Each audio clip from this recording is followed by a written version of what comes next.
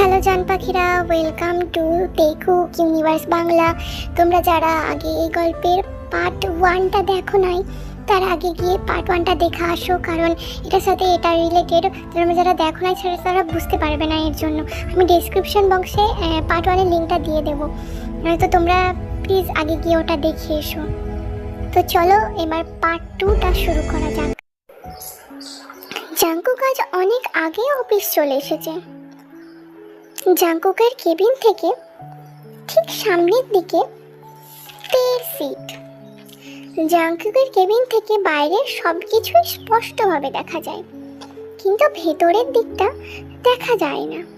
তে আজ একটু লেট করে অফিস এসেছে।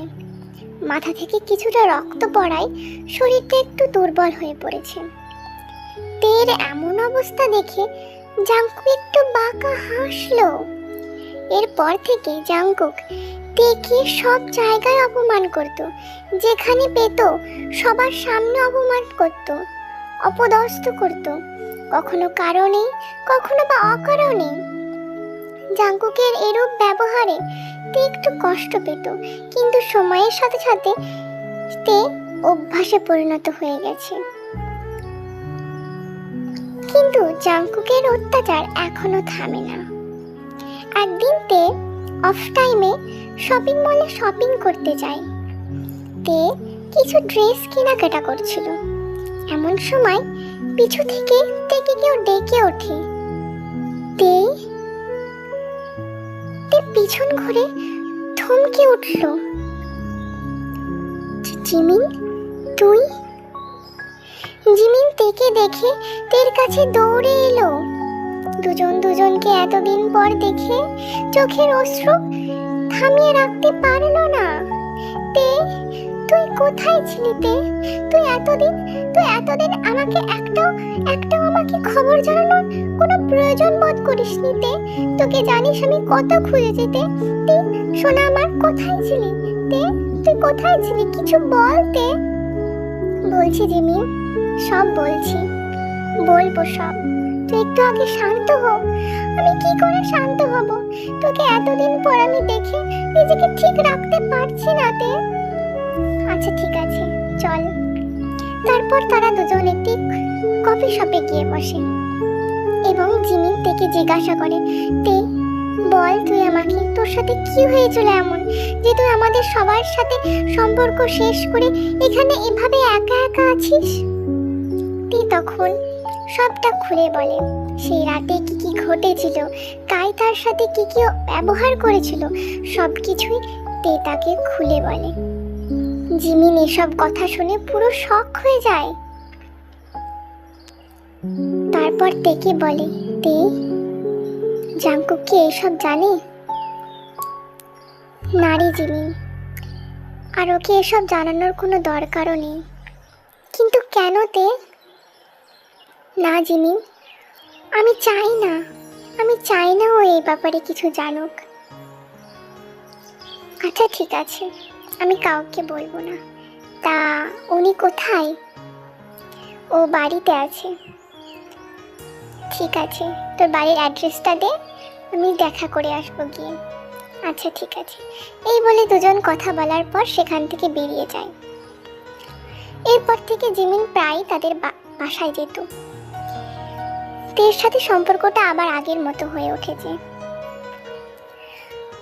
এইদিকে জাঙ্কুকের অত্যাচার দিন দিন বেড়েই চলেছে, কখনো রাস্তায়, কখনো অফিসে, কখনো বা বাড়িতে। জাঙ্কুকের অত্যাচার তে আর সহ্য করতে পারছে না। একদিন তে অফিসে বসে কাজ করছিল। হঠাৎ তের ফোনে একটা কল আসায় তে কিছুটা ঘাবড়ে যায় এবং দৌড়ে তাড়াতাড়ি করে কাউকে কিছু না জানিয়ে অফিস থেকে বেরিয়ে যায়। এসব কিছুই জাঙ্কুকের নজরে পড়ে। জাঙ্কুক এরকম থেকে বেরিয়েতে দেখে তে তার পেছনে যায়। গাড়িটা গিয়ে থামে একটি হসপিটালের সামনে। হ্যাঁ, তে হসপিটাল এসেছে, কিন্তু কেন? জাঙ্কুক তের পেছন ছুটে যায়, তেকে খুঁজতে থাকে। খুঁজতে খুঁজতে একটি ঘরের সামনে গিয়ে পৌঁছায়।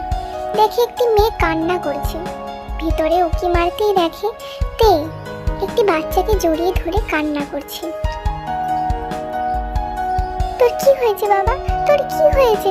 তোর কিছু হবে না বাবা। সামনে একটি লোক সমানে থেকে আশ্বাস দিয়ে যাচ্ছে, তে ওর কিছু হয়নি, তেমন কিছু হয়নি, শুধু সামান্য একটু অ্যাক্সিডেন্ট হয়ে গেছে। তে তুমি তুমি এরকম কেন করছো? আমাদের ছেলের কিচ্ছু হবে না। জাঙ্কুক এসব শুনতে পায়। রুমে জিমিনও বসেছিল। এসব শোনার পর জাঙ্কুক বাইরের দিকে চলে আসে, কিন্তু জাঙ্কুক বেরোতে গেলে জিমিন তাকে দেখে ফেলে। তারপর জিমিন ঘর থেকে বেরিয়ে জাঙ্কুকের পেছনে ছোটে, জাঙ্কুককে পেছন থেকে ডাকে। জাঙ্কুক সাড়া দেয়, হ্যাঁ বলো জিমিন। আপনি এখানে কি করতে এসেছিলেন? এখানে আমি এসেছিলাম একটু প্রয়োজনে, কিন্তু এখানে এসে দেখি আমার আর এখানে কোনো প্রয়োজন নেই। ও, তা ঘরে যে লোকটি ছিল ওই লোকটিকে? উনি মিস্টার ইউনহো। ও ওকে, আমার একটু জরুরি কাজ আছে, আমি এখন আসি। আচ্ছা ঠিক আছে, যান। এই বলে জাঙ্কুক চলে আসে। তারপর জিমিন আবার রুমের দিকে যায়। এদিকে তে সমানে কান্না করেই যাচ্ছে, আর ইউনহো তাকে থামিয়ে যাচ্ছে। তে প্লিজ কান্না করো না, এভাবে কিভাবে চলবে? তোমাকে দেখে ও তো ভয় পেয়ে যাচ্ছে। ইউনহো, তোমাকে যে কিভাবে ধন্যবাদ দেব, তোমাকে ধন্যবাদ জানানোর ভাষা আমার কাছে নেই। আজ তুমি না থাকলে আমি আর আমার ছেলে হয়তো কোনোদিন বেঁচে থাকতাম না। আমার ছেলেটা হয়তো এই পৃথিবীর আলো দেখতে না। তে এভাবে প্লিজ বলো না, এভাবে এখন ভেঙে পড়ো না তে। একটু কিছুক্ষণ পর শান্ত হয়। জিমিন রুমে এলে ইউনহো জিমিনকে ওখানে বসিয়ে রেখে কাউন্টারের দিকে চলে যায় কিছু ফর্মালিটি পূরণ করতে হসপিটালের। এদিকে জিমিন তেকে বলে, তে তুই জানিস এখানে জাঙ্কুক এসেছিল? কেন এসেছিলেন উনি? তোকে পিছুর করতে করতে।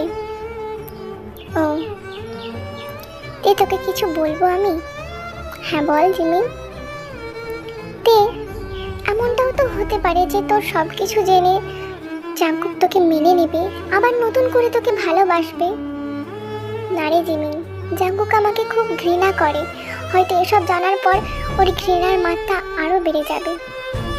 এতটা একটা মানুষের কাছ থেকে আর কতটা ঘৃণা আমি আশা করব বল? না জিমিন, এরকম হয় না। তে ও তো তোকে আবার আপন করে নিতেও পারে হয়তো জিমিন, কিন্তু আমি কারো কাছে বাধা হয়ে থাকতে চাই না, কারো কাছে আশ্রিত হয়ে থাকতে চাই না, কারো দয়ার পাত্রী হয়ে আমি থাকতে চাই না। আর শুনেছি জাঙ্কুকের বিয়ে ঠিক হয়েছে এই শহরের নাম্বার 1 বিজনেসম্যান জিহোপের একমাত্র মেয়ে লিসার সাথে। জাঙ্কুকও এতে রাজি। আমি আর ওদের সংসারে বাধা হয়ে থাকতে পারি না। তুই একটু বোঝ ব্যাপারটা। আচ্ছা ঠিক আছে, তুই এখন চুপ কর। এই বলে তারা চুপ হয়ে যায়। সো বন্ধুরা, তোমরা যদি পরের পার্টটি দেখতে চাও তো প্লিজ আমার চ্যানেলটিকে সাবস্ক্রাইব করে দাও, আর একটা লাইক আর কমেন্ট প্লিজ প্লিজ।